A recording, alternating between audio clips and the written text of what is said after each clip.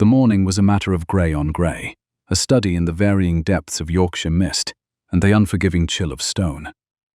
Eleanor Hartswood stepped out from the side entrance of Caldwell Manor, her spine as straight as the iron railings that bordered the kitchen garden. Her eyes never strayed toward the looming house, where Lady Beatrice Caldwell was undoubtedly still asleep, cocooned in silk and the self-satisfied ignorance of the very wealthy. To be a companion in such a house was not a career. It was not a calling. It was a slow, methodical erasure of the self. Eleanor walked with a steady, rhythmic pace, her mind performing its daily audit of her reality. The inventory of a woman who owned nothing but her dignity. The air tasted of damp slate and the faint, bitter ghost of wood smoke. A sensory reminder that in this house she was a ghost of a different sort, visible only when a chore required a hand or a mood required a target. She counted the assets of her existence with the clinical precision of a bank clerk, a silent, private art of survival. There was the grey wool cloak, threadbare at the seams but thick enough to repel the damp, its weight a familiar pressure against her shoulders. There were her boots, polished until the leather shone, despite the cracks, their thin soles a constant reminder of the precariousness of her standing. And there was her iron-tipped parasol, gripped firmly in her right hand, a tool she carried regardless of the weather, for it served as both a walking stick and a silent, symbolic barrier between herself and a world that viewed her as a convenient piece of furniture. The parasol was not a mere accessory of fashion. It was a weapon of poise, a kingdom of one, a contract with her own soul, to remain unbroken by the whims of her employer. It was forged of seasoned ash and tipped with a heavy, blunt point of wrought iron, a physical extension of her own unyielding core. The gravel crunched beneath her feet, a harsh, abrasive sound in the heavy silence. Eleanor focused on the sensory reality of the path, the way the dampness seeped through the leather of her boots, the scent of wet soot and dying leaves. Lady Beatrice would expect her to be back by 8, ready to read the morning correspondence and endure the small, sharp barbs that the older woman used to sharpen her wit. It was a matter of stewardship, not of emotion. Eleanor did not flinch when Beatrice mocked the paleness of her cheeks. She did not weep when her few hours of solitude were curtailed for some trivial errand. She simply adjusted the ledger of her life, recording each slight as a debt that she would one day see balanced by the sheer weight of her own endurance. As she moved further from the manor house, the mist seemed to thicken, swallowing the manicured lawns and the distant silhouettes of the stables. Eleanor favored the woods that bordered the Blackwood estate, a wilder, less groomed landscape where the social hierarchies of the ballroom felt less stifling. Here, the trees did not care if her father had died in debt, or if her mother had been the daughter of a mere curate. The ancient oaks stood in silent, impartial witness to her presence, their bark rough against the palm of her hand as she navigated the thickening undergrowth. She walked toward the tree line, her breathing shallow and controlled, her eyes scanning the grey horizon for any sign of movement, her mind already calculating the exact moment she would need to turn back to satisfy the house's rigid clock. It was precisely 7 in the morning when the first sound broke the stillness. It was not the wind, nor the rustle of a startled pheasant. It was a low, resonant baying, a sound that carried the weight of hunger and the sharp metallic edge of a predator's intent. Eleanor stopped, her hand tightening around the handle of her parasol. The sound came from the east, from the direction of the Blackwood lands, where the highborn often played at mastery. But this sound was undisciplined. She recognized the specific jagged tenor of the baying. These were not the Duke's disciplined hounds. They were the infamous pack belonging to Sir Julian Vane, creatures bred for a cruelty that mirrored their master's whim. They had strayed far from Julian's neighboring estate, likely unleashed for a sport that regarded boundaries as mere suggestions. The noise increased in volume, a cacophony of deep barks and the snapping of dry branches. Eleanor did not retreat toward the safety of Caldwell Manor. She did not seek the shelter of the gardener's cottage. She turned her head toward the sound, her senses suddenly sharp, her internal calculus shifting from the preservation of her own comfort to a sudden visceral concern for whatever lay in the path of those hounds. She knew the mastiffs of Sir Julian's kennel. They were massive, heavy-jawed brutes, with cropped ears and spirits broken into aggression.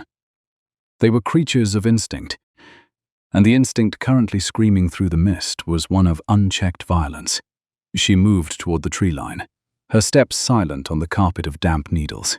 The woods here were older, the canopy thick enough to block out the meager morning light. The temperature seemed to drop, a localized frost that coated the ferns in a delicate crystalline white. Eleanor adjusted her cloak, the heavy wool brushing against the brambles as she pushed deeper into the shadows. She was moving toward the boundary, toward the place where the Caldwell lands met the sprawling, shadowed forest of Alaric Thorn, the Duke of Blackwood. It was a place of silence and rumors, a domain where the Duke lived in a state of rigid aristocratic isolation, his winter-grey eyes seeing everything and forgiving very little. The baying grew more frantic, punctuated now by a sound that made Eleanor's blood turn to ice, a high, thin wail of terror. It was the voice of a child, a sound so fragile and desperate that it seemed to hang in the damp air like a physical wound. Eleanor did not hesitate. She did not calculate the risk to her torn skirts or the danger to her own person. She began to run, her boots slipping on the slick mud, her parasol held like a staff. The transition from the companion's stoic walk to this sudden purposeful flight was a matter of action, not of emotion. It was the response of a woman who had spent a lifetime holding her ground against social predators and now found herself facing literal ones. The trees thinned as she reached a small clearing, a jagged tear in the fabric of the woods where an old boundary stone sat. The scene before her was a tableau of raw, unchecked cruelty. 3 mastiffs, their coats black as soot and their eyes gleaming with a primal heat, had circled a small, shivering figure huddled against the base of a lightning-scarred oak. The tree was a shattered monument to a forgotten storm, its bark blackened and peeling in long, skeletal strips, provide an meager, jagged sanctuary. Philip Moss, a beggar child from the village, was pressed into the hollow of the trunk, his clothes nothing more than grey rags that blended into the mud. His face was a mask of absolute despair, his small fingers clawing at the rotted wood behind him. The ground around the oak was a churned mess of black earth and shattered leaves, a testament to the boy's frantic, futile attempts to escape. Eleanor reached the edge of the clearing and stopped. Her heart was a frantic drum against her ribs, but her hands were steady. She did not look for help, knowing that the men of Julian's hunt were likely miles away, indifferent to the chaos their sport had unleashed. She did not wait for a savior. She stepped into the clearing, her grey cloak billowing behind her like the wings of a vengeful ghost. She did not scream at the dogs. She did not throw stones. She simply placed herself in the path of the lead mastiff, her spine as rigid as the boundary stone, her iron-tipped parasol lowered like a lance. The lead dog, a massive beast with a scarred muzzle and the heavy leather collar of the Vane estate, skidded to a halt. Its growl was a low-frequency vibration that Eleanor felt in the soles of her boots.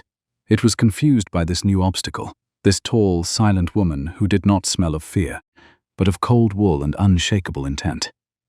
The other 2 dogs slowed their advance, their heads swiveling between the child and the woman who now stood between them. The standoff was a matter of seconds, but in the heavy, mist-laden air it felt like an eternity. Eleanor did not blink. She did not breathe.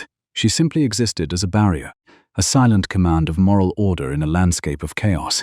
Unbeknownst to her, a few yards away, hidden by the thick trunk of a centuries-old cedar, a man watched.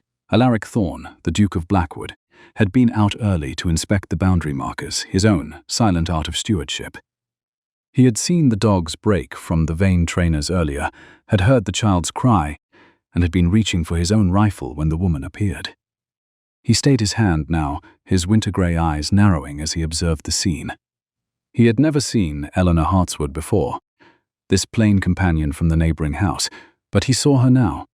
He saw the way she measured the beasts, her eyes moving with the efficiency of an auditor. He saw the absolute lack of hysteria in her posture, the way she refused to grant the animals the satisfaction of a scream. The dogs were not merely animals to her. They were calculations, forces of nature that required a specific technical redirection. Eleanor watched the lead hound's anatomy, noting the bunched muscles in its hocks and the way its weight was distributed for a forward lunge. She saw the dilation of its pupils and the rhythmic twitch of its tail. She knew that to show fear was to invite the attack, and to show aggression was to trigger it. She chose a middle path, a demonstration of superior will. She lowered the tip of her parasol until it rested an inch from the lead dog's nose, the iron glinting in the pale, filtered light. The beast snapped at the air, its teeth clicking inches from the metal, but Eleanor did not flinch. She was a statue of seasoned ash and iron. The Duke remains in the shadows, his finger light on the trigger of his rifle, though he found himself curiously hesitant to intervene. There was a precision to her movements that fascinated him. A quiet, personal tactic for enduring that he recognized from his own life in the rigid courts of the Regency. She was not a damsel in distress. She was an architect of her own safety, a woman who had clearly learned that the world would give her nothing that she did not seize with her own two hands. He watched her, his breath held, as the mist swirled around her grey cloak, making her look like a force of nature carved from the very stone of the Yorkshire moors. He noted the economy of her stance, the way she did not waste a single movement on a gesture of panic. The lead dog began to circle, its paws treading softly on the damp, matted leaves. Eleanor turned with it, never allowing the beast to gain her flank, her parasol remaining a constant, unwavering line of defense. The child behind her, Philip, had slumped into a silent, catatonic state, his small hands clutching at the hem of her cloak.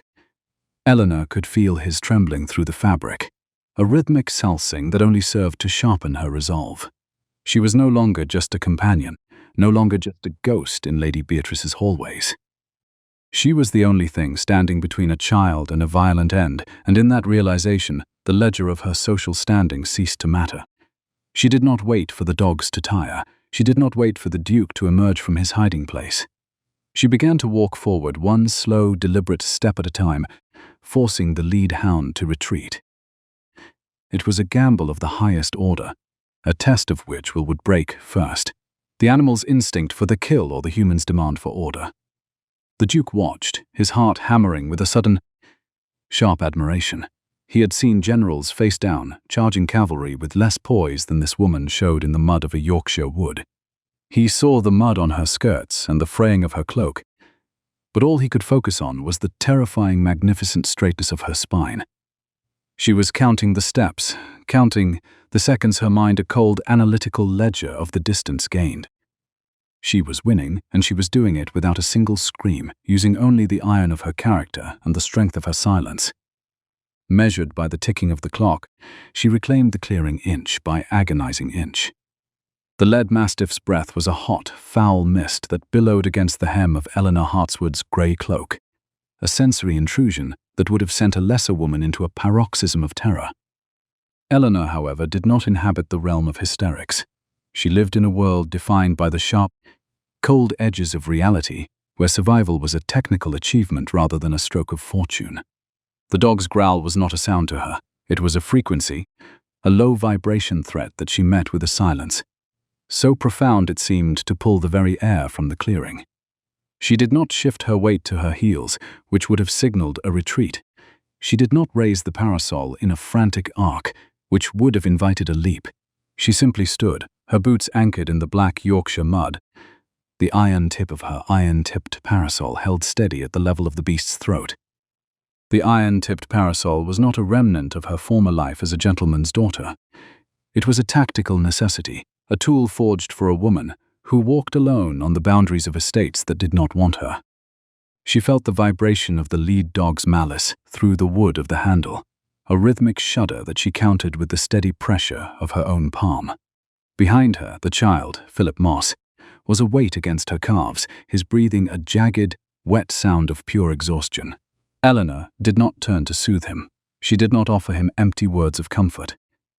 To look away from the predators for even a second was to concede the territory, and Eleanor Hartswood had spent 22 years learning that what is conceded is never returned. She watched the anatomy of the pack with the clinical detachment of a bookkeeper auditing a failing account. The lead dog, the one with the scarred muzzle and the heavy leather collar of the Vane estate, was the primary liability. The other two were followers, their aggression tethered to the actions of their alpha. If she could break the will of the leader, the others would dissolve back into the mist. It was a matter of psychological leverage, not physical strength. Eleanor did not blink. even as a bead of cold moisture from the overhanging oak dripped onto her cheek. She did not tremble. She did not pray. She enforced a boundary of sheer, unadulterated will, making herself an immovable object in the path of an irresistible force. The lead mastiff lunged. A tentative, testing snap of its jaws meant to measure the resolve of this grey-cloaked obstacle. The teeth clicked together inches from the iron tip of the parasol, a sharp, metallic sound that echoed in the silence of the clearing. Eleanor did not flinch. She did not pull back.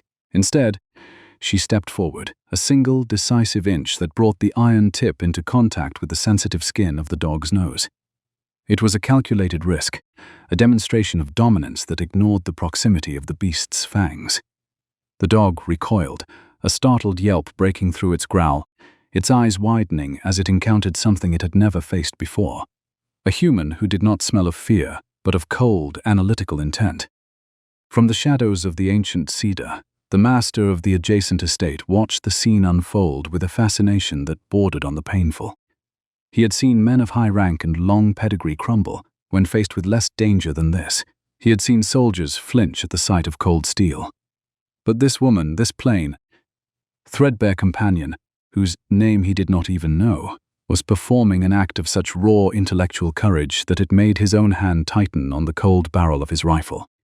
He saw the way she measured the dogs, her eyes scanning their posture with the same meticulous precision he used to audit the Blackwood ledgers. She was not fighting for her life. She was managing a crisis, her mind a fortress of logic against a tide of animal instinct heat. He noted the frayed hem of her cloak, the way the mud had claimed the lower half of her skirts, and the terrifying straightness of her spine. She was a study in contradictions, a woman of no status demonstrating the highest form of nobility. Alaric had lived his life surrounded by the performative bravery of the ballroom, the hollow boasts of men who relied on their titles to provide the courage their characters lacked. But Eleanor Hartswood possessed an internal estate that no debt could diminish and no disaster could ruin. The Duke stayed his hand, his finger resting lightly on the trigger, realizing that to intervene now would be to disrupt a masterpiece of human will. He wanted to see how she would conclude this intimate test of willpower, how she would balance this ledger of predators and prey. The lead dog circled to the left, its heavy paws churning the black earth into a slurry of mud and dead leaves. Eleanor turned with it, her movements fluid and rhythmic, her eyes locked onto the beast's pupils. She did not waste energy on a wider stance. She kept her center of gravity low, her parasol moving in a slow, hypnotic arc that mirrored the dog's path. The other two mastiffs shifted uneasily, their ears flattening against their skulls. They were losing the scent of the kill, replaced by the scent of a superior predator, a woman who used silence as a weapon and poise as a shield. The air in the clearing felt heavy, charged with the friction of the standoff, the mist clinging to the trees like a shroud. She began to speak, her voice a low, resonant command that carried no hint of the frantic pitch that usually signaled a victim. "Back," she said, the word a sharp, definitive strike against the silence. It was not a plea. It was an order, issued with the authority of someone who had spent her life maintaining order in the face of chaos.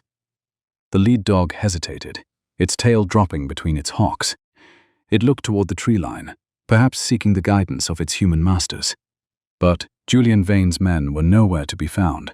They were miles away, chasing the easy thrill of the hunt, while their tools of violence were being dismantled by a woman who had never known the luxury of a hunt. Eleanor took another step forward. She did not rush. She did not show the dogs the weakness of haste. She moved with the steady, inexorable pace of a clock ticking toward midnight. "Back," she repeated, and this time the lead mastiff turned. It was a slow, sullen retreat, a concession of the clearing that the beast made with its head lowered and its hackles still raised. The other two dogs followed suit, their aggression evaporating as the leader's will collapsed. They slunk into the thickening mist, their black coats merging with the shadows of the oaks until only the sound of their retreating paws remained.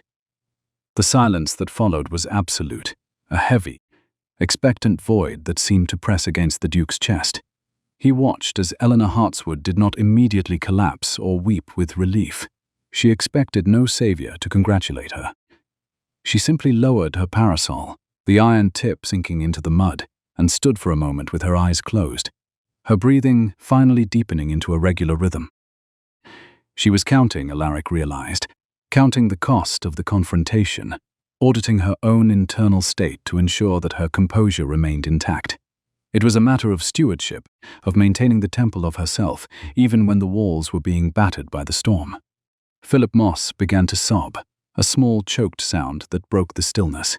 Eleanor turned then, her movements stiff but purposeful. She knelt in the mud, ignoring the ruin of her skirts, and placed a hand on the boy's shoulder. She did not pull him into a suffocating embrace. She did not offer him false promises of a world where dogs did not bite. She looked at him with the same level, analytical gaze she had used on the mastiffs. "It is over, Philip," she said, her voice steady and clear. "The dogs are gone. You must stand now. We have a long walk ahead of us, and the clock will not wait for our recovery." The boy looked up at her, his face a mask of awe and terror. He saw the woman who had stood between him and the teeth of the hounds, a figure of grey wool and iron who seemed more permanent than the trees around them. He reached out and gripped the edge of her cloak, his small fingers stained with the dirt of the clearing. Eleanor allowed the contact, a silent acknowledgement of the bond that had been forged in the crucible of the standoff. She stood, pulling the child up with her, her spine regaining its magnificent, terrifying straightness. She adjusted her cloak, smoothed her hair with a quick, efficient gesture, and prepared to return to a world that would mock her for her muddied appearance. Alaric Thorne remained in the shadows, his mind reeling from the revelation of what he had just witnessed. He saw her begin to lead the child away, her pace steady and rhythmic, her eyes already scanning the path for the next obstacle. He saw the way she protected the boy's flank, her parasol held ready, her mind undoubtedly already calculating the precise excuse she would need to give Lady Beatrice for her lateness. She did not know that she had been watched. She did not know that the Duke of Blackwood had seen her private triumph, or that the ledger of his own life had been irrevocably altered by her actions. He watched until the grey of her cloak vanished into the grey of the mist, leaving the clearing empty and the boundary stone cold. The nobleman stepped out from behind the cedar, his boots sinking into the same mud where Eleanor had stood her ground. He looked at the churned earth, at the deep imprints of the mastiff's paws and the single, sharp indentation made by the iron tip of her parasol. It was a record of a battle that the world would never hear of, a victory won with nothing but the strength of a woman's character and the precision of her mind. Alaric Thorne looked toward the direction she had gone, his winter-grey eyes filled with a sudden, sharp clarity. He had spent his life searching for a peer, for someone who understood the true nature of stewardship and the heavy burden of integrity.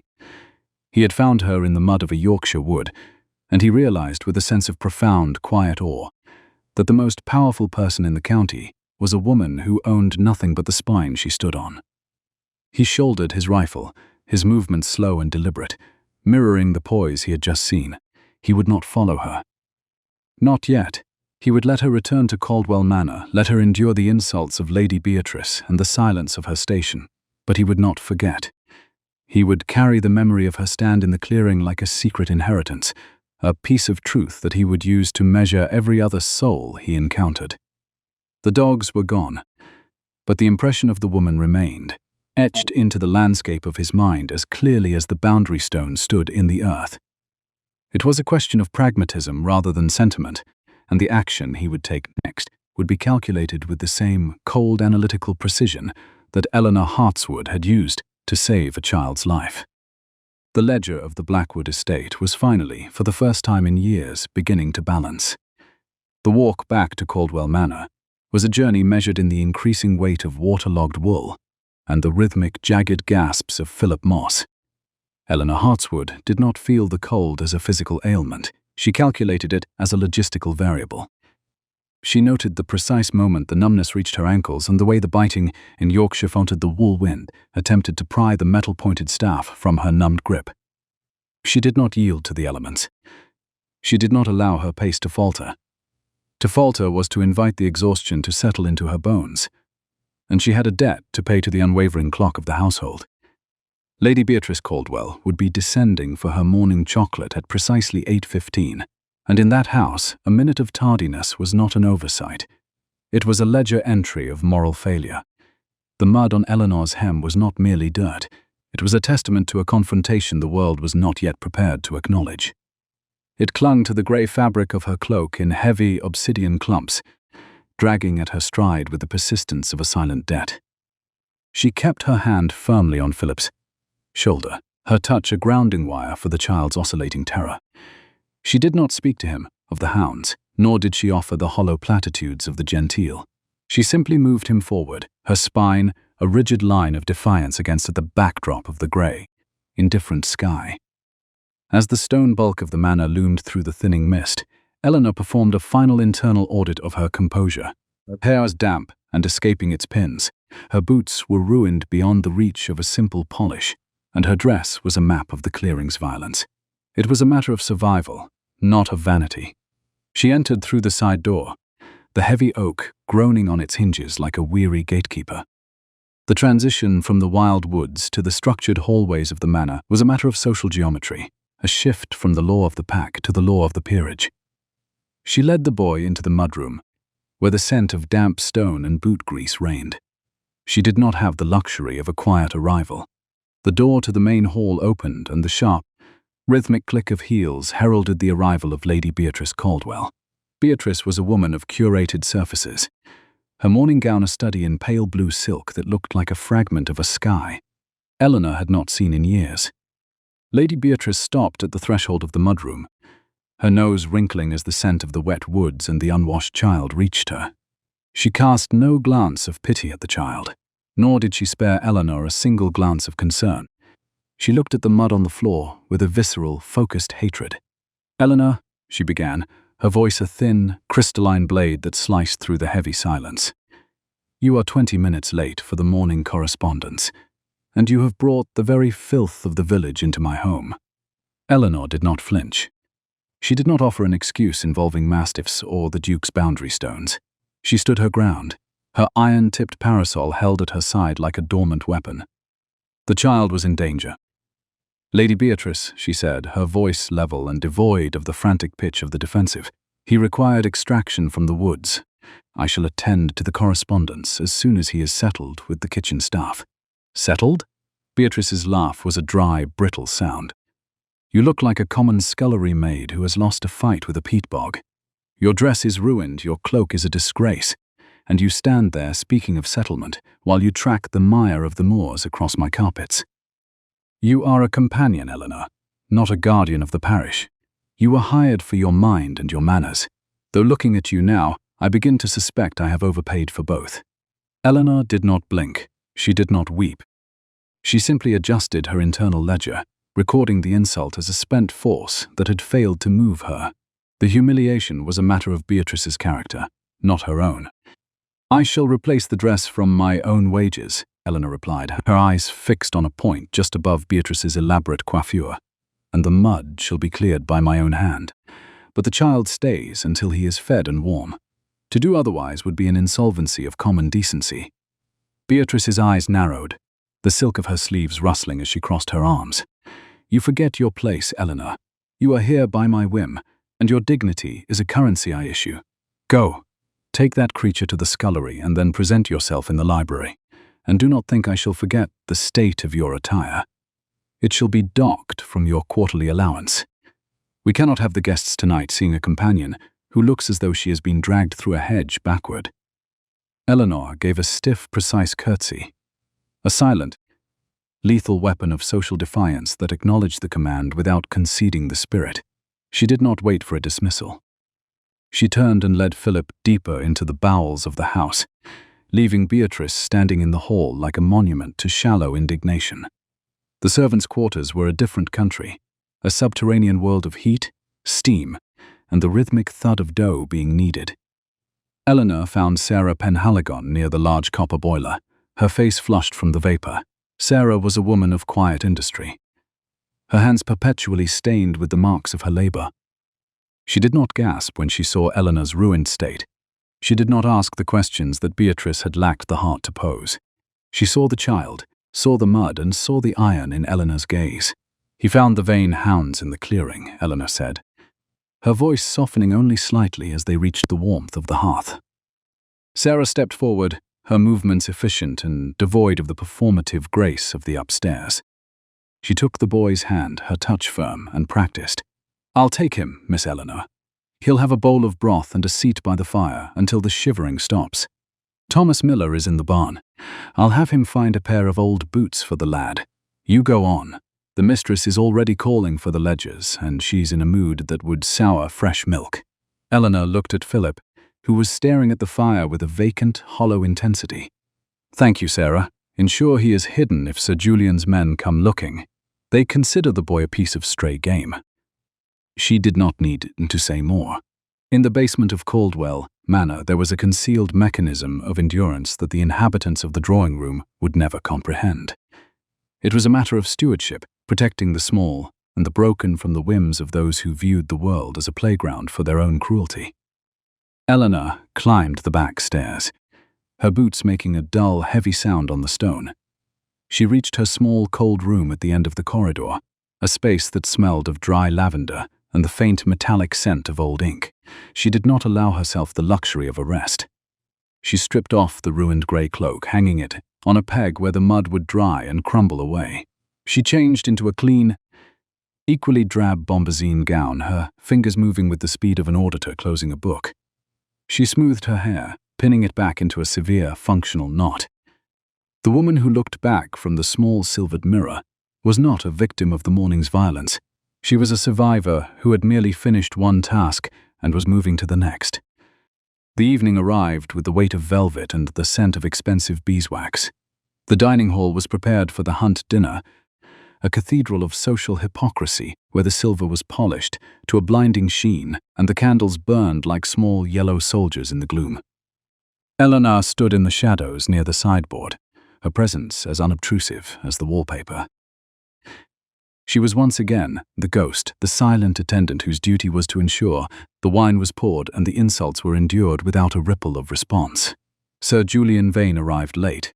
His face flushed a deep, unhealthy crimson from the wine he had consumed in the drawing room.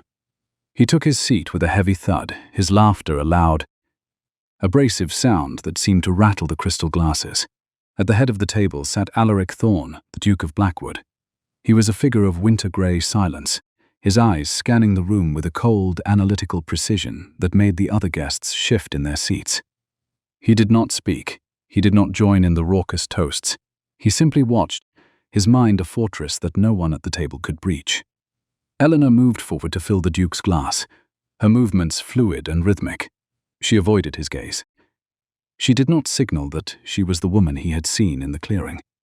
To her, he was another variable in the social equation, a man of immense power who likely viewed her as nothing more than a functional extension of the service. She felt his gaze on her, a heavy, silent pressure that she met with a spine that refused to bend. "A pity about the Hounds today, Julian," one of the guests called out, his voice thick with the arrogance of the well-fed. "I heard they lost the scent at the boundary stone. Some stray creature must have distracted them." Julian Vane slammed his fist on the table, making the silverware jump. "A beggar brat," he spat, his eyes gleaming with a cruel, petty heat. The Hounds had him cornered, and the sport was just getting interesting. But some meddling fool intervened. "My men found the clearing empty, save for some tracks in the mud and the scent of cold wool. A waste of a good morning's hunt, I say. The boy should have been taught a lesson about trespassing on a gentleman's sport." The table erupted into a chorus of light, mocking laughter. They spoke of the child's fear as if it were a comic performance, a minor inconvenience in their day of leisure. Eleanor felt the heat of the words, but she did not allow it to reach her face. She continued to serve, her hand steady as she poured the dark, heavy claret. She did not scream at them. She did not tell them of the high, thin wail of terror she had heard in the mist. She simply counted the cost of their ignorance, recording each laugh as a debt of character that they would never be able to pay. She glanced toward the Duke, expecting to the same indifferent amusement on his face. Instead, she found Alaric Thorne watching Sir Julian with a look of such profound, quiet loathing that it seemed to chill the very air around him. He did not join the laughter. He did not offer a toast to the hunt. He sat in his seat, a monument of stone and silence, his winter-grey eyes fixed on the man who spoke so casually of a child's destruction. In that moment, Eleanor realized that the Duke was not merely observing the dinner. He was auditing the souls of everyone in the room. Sir Julian leaned back, his face a mask of self-satisfied cruelty. "They say the brat ran like a rabbit," he continued, seeking the approval of the room. "The hounds would have had his throat in another minute. It's a shame when a man's property is interfered with by those who don't understand the rules of the county." The laughter continued, a rhythmic, abrasive sound that filled the hall. Eleanor stood by the sideboard, her iron-tipped parasol tucked away in the mudroom, but her spirit was still in that clearing. She was the architect of the boys' safety, and these people were merely the rubble of a decaying social order. She looked at the Duke, and for a fleeting, terrifying second, his eyes met hers. There was no recognition in his gaze, or so she thought, only a deep, resonant silence that seemed to acknowledge the weight of the truth. It was a matter of action, not of emotion, and as Eleanor Hartswood stood in the shadows of the manor, she realized that the ledger of the day was far from closed. The reckoning was coming, tracked by the relentless sweep of the hall timepiece and the solitary craft of a woman who refused to be broken. The heavy, resonant clink of Alaric Thorne's silver fork against the fine bone china was not a mere accident of movement. It was a tactical strike, a sharp, metallic summons that severed Sir Julian Vane's laughter, mid-breath. The dining hall of Caldwell Manor, once thick with the abrasive noise of the hunt's retelling, and the heavy, cloying scent of roasted venison and expensive port, plummeted into a sudden, pressurized silence. Eleanor Hartswood stood by the mahogany sideboard, her hands clasped loosely in front of her, her spine maintaining the rigid, unyielding verticality of an iron pillar. She ignored the guests. Her eyes bypassed the nobleman entirely. She focused her gaze on the metronomic flickering of the central candelabra, counting the steady drips of beeswax as they pooled in the silver cosconces. A silent, private audit of the room's decaying atmosphere. The air was thick with the smell of beeswax and the faint, bitter tang of wood smoke from the hearth, a sensory landscape that Eleanor mapped with the precision of a master cartographer. Sir Julian's face, already flushed a deep, pomegranate red from the claret, and the exertion of his own arrogance contorted into a mask of confused irritation. He looked toward the head of the table, where Alaric sat in a state of chilling, slate-colored composure. Alaric did not lean back. He sat perfectly still, his shoulders broad and set, his frosty gaze fixed on Julian with a predatory clarity that made the candlelight seem dull by comparison. The Duke did not raise his voice. He did not need to. When he spoke, the words were issued with the cold analytical precision of a man reading a ledger of moral insolvency, each syllable a calculated weight, intended to balance the scales of the room. "It is a curious thing, Julian," the Duke began, his voice a low, resonant baritone that carried to every corner of the shadowed room, vibrating against the crystal stemware. "To hear you speak of sport and trespassing, you describe a scene of chaos, a beggar child, a pack of mastiffs, and what you termed a meddling fool. And yet, my own observation of the morning's events suggests a narrative of a vastly different technical nature. You see, I was at the lightning-scarred oak myself, inspecting the boundary stone at precisely 7:15, as the mist was beginning to lift from the lower meadows." A collective intake of breath rattled the table, as rhythmic and sharp as the ticking of the grandfather clock in the foyer. Lady Beatrice Caldwell froze, her wineglass arrested halfway to her lips, her eyes darting toward Eleanor with a sudden, sharpened panic that belied her usual rehearsed elegance. Eleanor felt the shift in the air, the sudden, violent redirection of the social current, but she did not allow her posture to break. She remained a statue of grey bombazine, her breathing shallow and controlled, though her heart had begun a slow, heavy thrumming against her ribs. She had not known. Through the mist, through the terror, through the cold calculation of the dog's hocks and the boy's trembling, she had believed herself entirely alone. To be seen was to be judged, and to be judged was to be vulnerable. Yet, as the Duke spoke, she realized that his gaze had not been a verdict of shame, but an audit of her worth. The Duke continued, his gaze never wavering from Sir Julian's sweating forehead, where a single bead of perspiration was beginning to trace a path through the powder. "I did not see a meddling fool, Julian. I saw a display of such raw, intellectual courage that it made the collective pedigrees in this room look like threadbare cloth. I saw a woman stand between 3 starving brutes and a terrified child. She did not scream. She did not retreat. She stood in the mud of the moors and commanded your pack with a will that was more iron than the tip of the parasol she held. It was a matter of action, not of emotion. She measured the physics of the encounter, the trajectory of the lead hound's leap, and she simply denied them their quarry. Alaric turned his head then, his frost-etched eyes sweeping the table, lingering for a second on the terrified faces of the gentry before coming to rest on Eleanor. It was the first time he had looked at her directly since the morning, and the weight of the gaze was almost physical, a heavy, silent acknowledgement of a truth they now shared.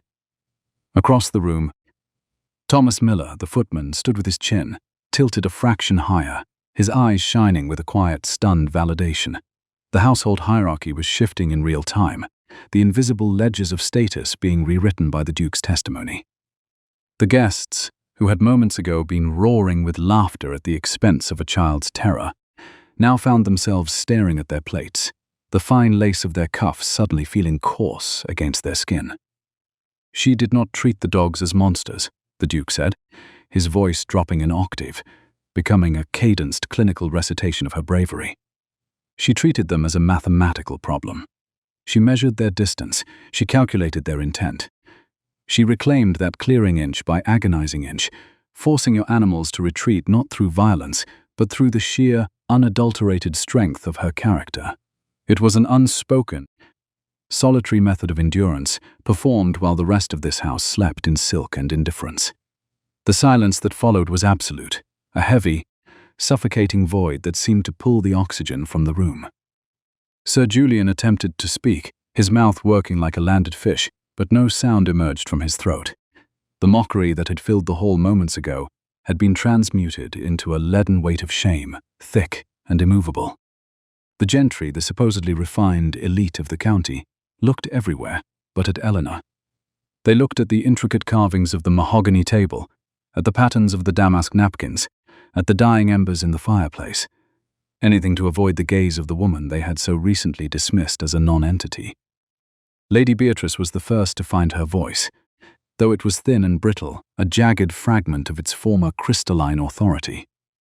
"Alaric," she stammered, her hands fluttering at her throat, the pearls at her neck rattling with the tremor of her fingers. I had no idea." Eleanor did not mention. She merely returned in a state of such disarray. I assumed some minor accident of the woods, a tumble perhaps, or a lack of attention to her surroundings.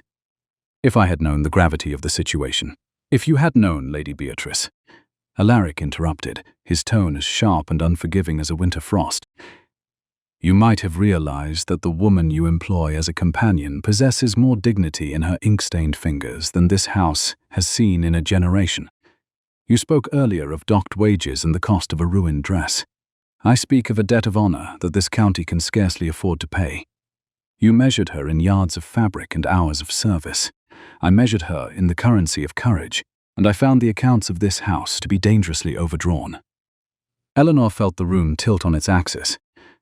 The humiliation she had endured in the mudroom, the sharp, needle-like barbs Beatrice had used to pierce her composure, the mocking laughter of the dinner. It was all being balanced, recorded in a new ledger where her quiet competence was the primary asset. She refused to gaze at the nobleman with gratitude. She was too disciplined for such a display. Instead, she looked at him with a sudden, piercing recognition. He had seen the architect in the clearing. He had recognized the methodical restoration of order she had performed in the face of chaos. The Duke's eyes remained on Eleanor for a heartbeat longer than social etiquette permitted, a deliberate breach of decorum that felt more intimate than a touch. In that gaze, Eleanor saw the reflection of her own stoicism. He was a man of ledgers and boundaries, a man who understood the value of a straight spine and a silent tongue. He was not looking at a servant.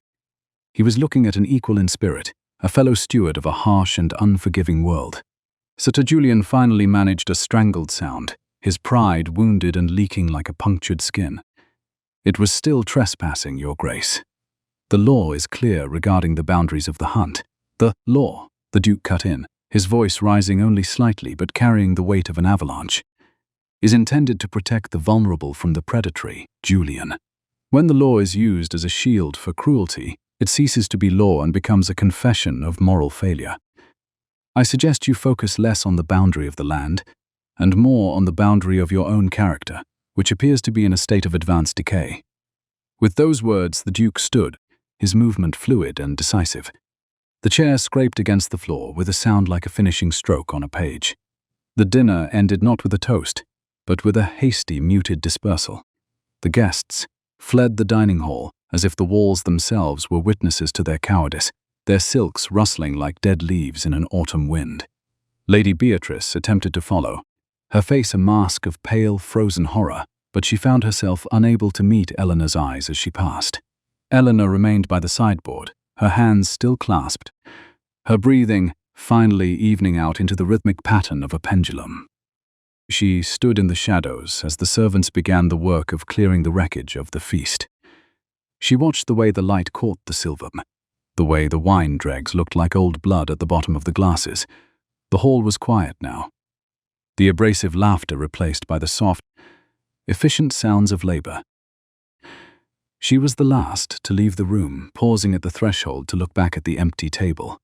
The candles were burning low, their light casting long, distorted shadows across the mahogany. The ledger of the day had been balanced in a way she had never expected, the hidden currency of her character, finally recognized by the highest authority in the room. She moved toward the door, her grey wool cloak draped over her arm, her steps measured and certain. She was no longer a ghost in the hallway of Caldwell Manor. She was a woman who had stood her ground. And for the first time in many years, the ticking of the hall clock did not sound like a countdown to ruin, but like the steady, purposeful heartbeat of a kingdom being reclaimed. The movement from the dining hall was a jagged migration of tension that pulled Eleanor Hartswood into the shadow-drenched sanctuary of the Caldwell Library. Sir Julian Vane had intercepted her near the heavy oak doors, his movements erratic, forcing the confrontation into the room where the scent of old vellum and beeswax usually signaled a quiet order. Now the atmosphere was thick with the scent of stale claret and the sharp, acidic tang of Julian's mounting panic. The aftermath of the Duke's intervention in the dining hall was not a chaotic dissolution, but a heavy, pressurized silence that seemed to leach the warmth from the air. Sir Julian did not depart with the other guests. He remained, a solitary, abrasive figure standing amidst the towering mahogany bookshelves that held the history of families more disciplined than his own. His face had shifted to a sallow, sickly grey, the sweat on his brow glistening like oil in the dying candlelight. He did not look at the Duke. He looked at Eleanor Hartswood, his gaze, a volatile mixture of wounded pride and the desperate, cornered aggression of a man who realized his social currency had just been declared counterfeit. Eleanor stood by the massive mahogany desk, her hand resting on the cool, worn leather edge of a heavy ledger. Her spine maintained that rigid verticality which had become her signature, a physical manifest of a spirit that refused to be compressed by the weight of Julian's disdain. She did not seek protection. She anticipated no gesture of triumph. She simply waited, her mind performing a cold, rhythmic audit of the tension in the room, her senses mapping the distance between herself and the man who had just seen his authority dismantled. The library was a landscape of shadows, the fire in the hearth reduced to a low, smouldering orange that cast long, skeletal shapes against the rows of unread books. Sir Julian stepped forward, the smell of his dissolution preceding him like a physical herald. His voice, when it finally broke the silence, was not the roar of the hunt, but a jagged, uneven rasp. "You think you have won something here, do you not, Hartswood?" he spat, his eyes flickering toward the shadows before snapping back to Eleanor's composed face. "You think a few words from a duke can rewrite the laws of this county? You are a servant, a drudge, a woman who spends her days counting another woman's ribbons. To suggest that you have some claim to nobility because you stood in the mud with a beggar brat is a technical absurdity. You interfered with my property. You sabotaged a hunt. In any other house you would be in the parish stocks by dawn." Eleanor Hartswood did not flinch. She refused to let the heat of his words disturb the measured of her breathing, which remained as steady as the ticking of the long case clock in the corner. She looked at Julian with a level, analytical gaze that seemed to strip away the fine wool of his coat and the inherited weight of his title, revealing the insolvency beneath. Property, Sir Julian, is a matter of legal deed, she said, her voice a calm, resonant clarity that cut through the stagnant air. But stewardship is a matter of moral account. You speak of the law, yet you unleashed predators without a leash in a public clearing. You speak of status, yet you found your sport in the terror of a child who possesses nothing but his breath. I did not interfere with your property. I corrected a fundamental failure of your management. I stood in the clearing because the ledger of that morning required a balancing entry that you were either too incompetent or too cruel to provide. The doors of the library creaked open, and Lady Beatrice Caldwell entered, her silk skirts rustling with a nervous, agitated frequency. She looked from the Duke to the ruined state of Eleanor's hem, her face pinched with social anxiety. "Alaric, really," Beatrice began, her voice fluttering like a trapped bird. "The scene in the dining hall was most irregular. And Eleanor, look at your dress. That silk was imported from London. The mud alone has ruined the grain of the fabric. It is a significant loss to the household's wardrobe. To think that all this unpleasantness was for the sake of a boy who shouldn't have been on the grounds to begin with." Alaric Thorne moved then, his footsteps making a slow, deliberate sound on the parquet floor, a rhythmic pulsing that signaled the arrival of a superior authority. He did not approach Julian or Beatrice with haste. He moved with the steady, inexorable pace of a storm front crossing the Yorkshire moors. The aristocratic landowner did not raise his voice. He simply stepped into the pools of light cast by the desk lamp, his cold, slate-colored gaze fixed on Lady Beatrice with a chilling, slate-colored intensity. "The dress, Beatrice?" the Duke asked, his tone dropping to a register of cold, metallic precision. "You speak of the cost of silk, while standing in the presence of a woman who risked her physical person to preserve the honor of your estate. A debt of honor cannot be settled in fabric. You have spent your evening calculating the loss of a hemline, while Eleanor Hartswood was calculating the weight of a child's life against the jaws of a beast. Your focus on the material is not merely a lapse in judgment. It is a declaration of moral insolvency. You owe this woman a gratitude that your current accounts are clearly unable to pay." He turned his gaze back to Julian, who seemed to shrink under the weight of the Duke's silent audit. "And you, Julian," Alaric Thorne said, the words issued with the finality of a closing seal on a bankruptcy filing. "You have spoken of law and property tonight, as if they were shields for your own incompetence. But I have spent the last few months observing the state of your lands. I have seen the rotted timbers of your tenant cottages and the insolvent state of your granaries. You are a man of high-born blood and low-born character, and your presence in this house is no longer asset. It is a liability that I will no longer tolerate in my social ledger." Julian's mouth worked in a silent, jagged motion, his hands clenching at his sides until his knuckles turned as white as the parchment on the desk. "You would side with a companion against a man of your own rank, for the sake of a beggar, who will likely be in the workhouse by next week." "I side with the architect of the clearing," the Duke replied, his voice becoming a cadenced recitation of moral order. "I side with a person who understood the technical requirement of courage when the rest of us were debating the quality of the vintage. You are dismissed, Julian, not merely from this table, but from the respect of my house. I suggest you return to Vane Hall and attempt to manage your own accounts with half the precision I saw from this woman today. Perhaps then you will understand why the child ran from you and found sanctuary with her." Sir Julian turned, his retreat a clumsy affair that lacked even the sullen dignity of the mastiffs he had unleashed. He disappeared into the darkness of the foyer, the sound of the front door closing a sharp, final strike against the silence. Lady Beatrice, silenced by the Duke's rebuke, withdrew into the shadows, leaving the library to the two of them, the Duke and the companion, and the persistent ticking of the long-case clock. The silence that followed was a state of ordered peace. Eleanor looked down at her hands, which were still resting on the ledger. She saw the faint, dark stains of ink on her fingers, the marks of a day spent in the meticulous service of Lady Beatrice's neglected accounts. She did not hide them. She did not fold them into her skirts to mask the evidence of her labor. She looked at the ink-stained fingers and realized they were not marks of a drudge, but the signature of a woman who understood the private art of survival. She had won because she had remained unbroken by the pressure of the day, her character an estate that remained solvent, even when her reputation was under siege. Alaric Thorne watched her from across the desk, his gaze devoid of cold judgment. He looked at the straightness of her spine and the way she did not seek to fill the silence with the noise of unearned gratitude. "You were counting the dogs, weren't you?" he asked, his voice low and curious. "In the clearing, I watched you from the shadows of the cedar. You weren't praying for a miracle. You were measuring the distance between the lead mastiff's hocks and the child's feet." Eleanor Hartswood met his gaze, her eyes reflecting the flickering candlelight like polished stones. "It was a matter of physics, my lord," she replied, her tone analytical. To fear the animals was to invite the attack. To hate them was to lose the clarity required to command them. I simply accounted for their mass and their momentum. They were a force that required redirection. One does not argue with gravity, one accounts for it. And the child.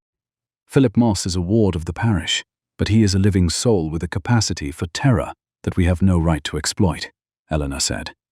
The world has decided his account is worth nothing. I decided that the ledger of his life would not be closed by the whim of a man like Julian Vane. It was a matter of stewardship, not of emotion. To protect the vulnerable is the primary obligation of the strong, a technical requirement of nobility that Sir Julian has clearly forgotten. The Duke stepped closer, the scent of cold wool and rain-washed stone accompanying him. He looked at the ledger on the desk, the messy, disorganized records of Lady Beatrice's household that Eleanor had been attempting to reconcile. "I have spent my life surrounded by people who believe that nobility is a heritage of blood," he said, his words measured. "But I have seen today that it is a heritage of action and intellectual courage.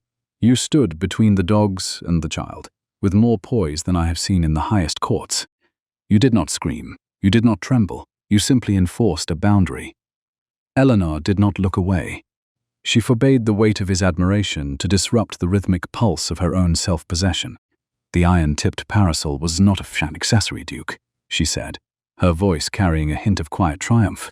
"It was a contract of intent. It was the only weapon I had, and I found it to be sufficient. One does not need a title to hold the line. One only needs a spine that refuses to bend, and a mind that can calculate the cost of surrender." Alaric Thorne bowed then, a deep, formal gesture of respect that he had never granted to the masters of Caldwell Manor. It was a recognition of her intellectual sovereignty. "You are no longer a ghost in this house, Miss Hartswood," he said, his pale, assessing eyes filled with clarity. "You are the steward of its conscience, and if you should ever find the ledgers of this manor too narrow for your skills, I would be honored to have you audit the accounts of Blackwood. Not as a companion, but as a peer in the art of survival." He moved toward the door, his steps certain and measured. Eleanor Hartswood watched him go, her heart finally allowing itself a single heavy beat of recognition. She was still a woman of low station, with ink-stained fingers and a threadbare cloak. But as she looked at the silent, ordered sanctuary of the library, she realized that she was no longer a drudge waiting for the clock to strike midnight on her ruin. She picked up her pen, the nib scratching against the heavy parchment with a sound of clinical finality. She did not think of the dogs or Julian Vane's insults. She thought of the morning mist, the straightness of her parasol, and the way the Duke had looked at her when he realized she was the one who had saved Philip Moss. The ticking of the clock was no longer a measurement of her endurance, but a steady affirmation of her new sovereignty within these walls. She closed the ledger, the sound a soft, definitive thud, and for the first time in many years, she did not count the hours until she could escape. She counted the strength of the woman she had become, a silent, sovereign architect of a destiny no longer measured by the ticking of another's clock. The morning after the reckoning was a matter of white light and crystalline silence, a sharp, cold dawn that seemed to have scrubbed the Yorkshire landscape clean of the previous night's moral grime. Eleanor Hartswood stood in the center of her small, unheated room at Caldwell Manor, her spine maintaining its magnificent, terrifying straightness even in the solitude of the early hour. The air in the room tasted of dry lavender and the metallic ghost of the frost that had crept across the windowpane in intricate skeletal patterns. She did not move with haste. She permitted no flutter of anticipation to disrupt the rhythmic precision of her morning ritual. She folded her spare bombazine gown, with the meticulous care of an auditor closing a successful quarter, each crease a calculated decision, each movement a testament to the solitary discipline of endurance she had practiced within these walls for far too long. Her trunk was small, a modest wooden box that held the entirety of her earthly estate, but as she looked at it, she realized the inventory was incomplete. Her true assets were not the frayed ribbons or the few books she possessed. They were the iron in her spirit and the cold, analytical clarity of a mind that had seen the highest authority in the county bow in respect. She reached for her trusted iron-tipped parasol which leaned against the wall like a dormant sentry. The wood was cold to the touch, the heavy iron tip scarred from its encounter with the black mud and the aggression of the mastiffs. It was not a fashion accessory. It was not a remnant of a walk in the mist. The iron-tipped parasol was not a mere tool of defense. It was a scepter of a kingdom she had built from silence, a contract of sovereignty that she had signed in the clearing and witnessed in the winter-grey eyes of Alaric Thorne. She did not seek a final audience with Beatrice Caldwell to plead for a character reference. She did not wait for a final insult to be hurled at her from the landing. She simply descended the back stairs, her boots making a steady, rhythmic sound on the stone that echoed with the finality of a closing seal. The manor house felt different this morning, the heavy, airless atmosphere of social pretense having been punctured by the Duke's revelations. The servants she passed in the corridor did not look through her as if she were a ghost. They stepped aside, their eyes filled with a new, quiet awe, acknowledging the woman who had stood where they had all feared to tread. Thomas Miller, the footman, was waiting near the side entrance, his cap held in his hands, his face a map of silent, fervent validation. "The Duke's carriage is not yet at the gate, Miss Eleanor," Thomas Miller whispered, his voice carrying a resonance of genuine respect that no wage could purchase. "But the boy, Philip Moss, is awake. He's in the scullery with Sarah Penhaligon. He's been asking for the lady with the iron-tipped parasol." Eleanor Hartswood gave a small, dignified nod, the movement fluid and controlled. "Thank you, Thomas Miller. Please ensure my trunk is placed near the boundary stone. I shall walk the rest of the way. The air is clear this morning, and I have one final audit to perform before I depart." She did not tell him that she needed to see the clearing one last time, to stand in the place where the pack had broken against her will. It was a physical necessity rather than a sentimental one, a sensory requirement to ground her new reality in the very earth that had witnessed her stand. She found Philip Moss in the scullery, sitting by the dying embers of the hearth. The boy looked different in the morning light. His face was clean, his eyes no longer clouded by the high, thin wail of terror she had heard in the mist.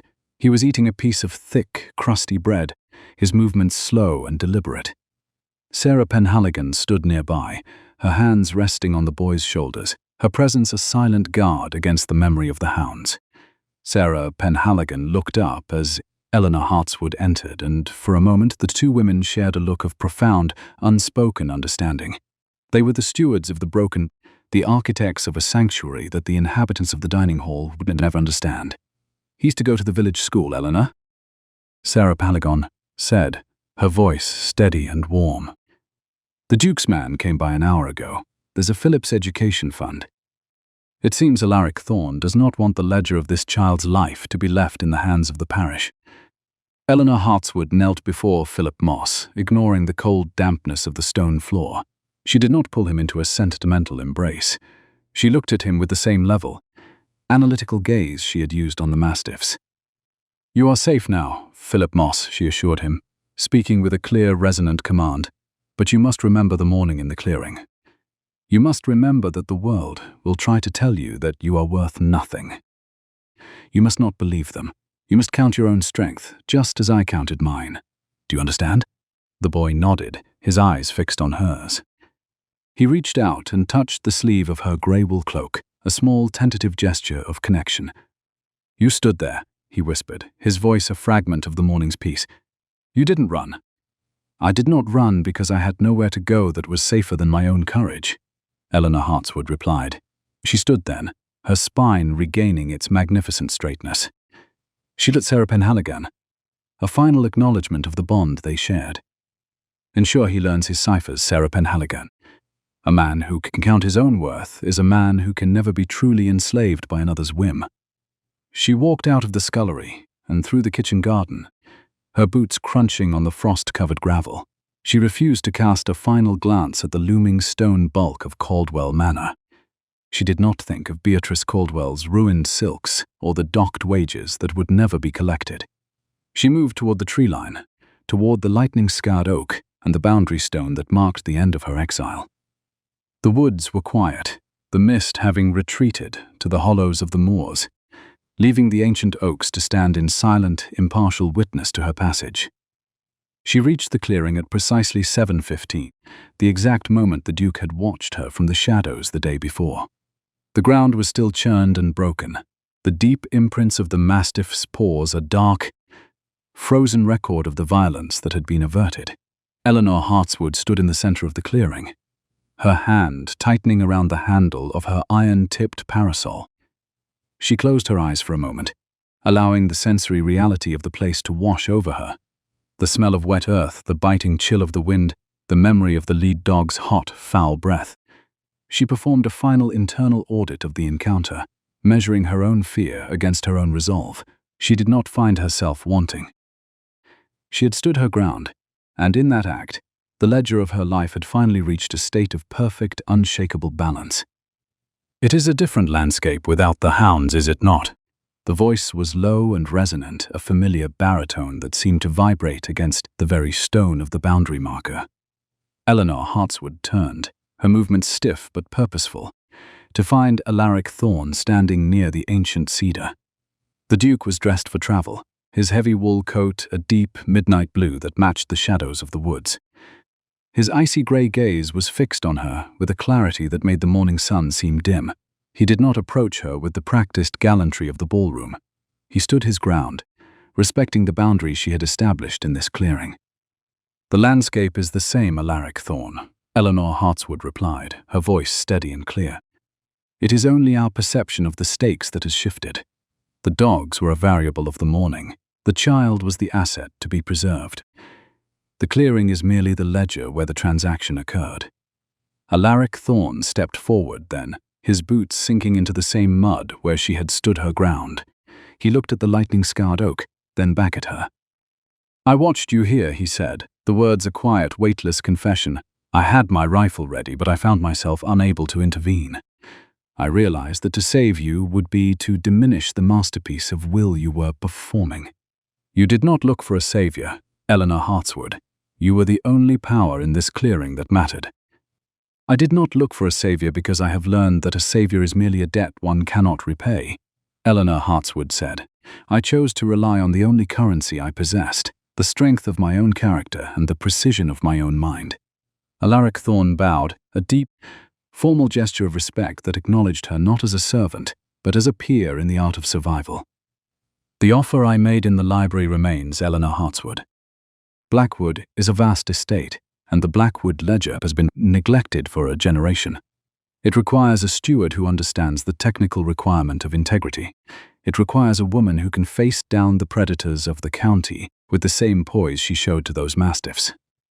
Eleanor Hartswood looked at him, and for the first time, she allowed a small, quiet smile to touch her lips. It was not a smile of vanity or of romance. It was a smile of recognition. She saw in his eyes the same stoic determination, the same private art of survival that had defined her own life. They were both architects of their own destinies, survivors of a world that valued the surface over the substance. "I shall accept the position, Alaric Thorne," she agreed, the tone a cadenced affirmation of her new sovereignty. "But you must understand that I do not come as a ward or a companion. I come as an auditor of the truth. I shall count every grain, every debt, and every asset of your house with the same cold, analytical precision I used in this clearing." "I would expect nothing less," the Duke replied, his eyes softening with a sudden, sharp warmth. They walked together toward the carriage that waited at the edge of the woods, their steps rhythmic and synchronized. Eleanor Hartswood spared no backward glance for the life she was leaving behind. She did not mourn the hours she had spent in the shadows of Caldwell Manor. She walked with a straight spine and a clear mind, the iron-tipped parasol held firmly at her side. She did not weep for the child she had saved or the man who had recognized her worth. She did not seek the approval of the world. She counted the strength of the woman she had become, a silent, sovereign architect of a destiny that was finally, and irrevocably, her own. The carriage door opened, and she stepped inside, the transition from the wild moors to the velvet-lined sanctuary of the Duke's world, a matter of action, not of emotion.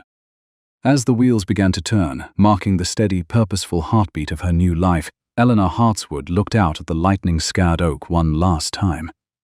She did not see a monument to ruin. She saw a testament to presence. She realized that her character was her only true estate, a kingdom that no debt could diminish and no predator could conquer. The ledger of the day was closed. The accounts were balanced, and for the first time in many years, Eleanor Hartswood was finally truly home.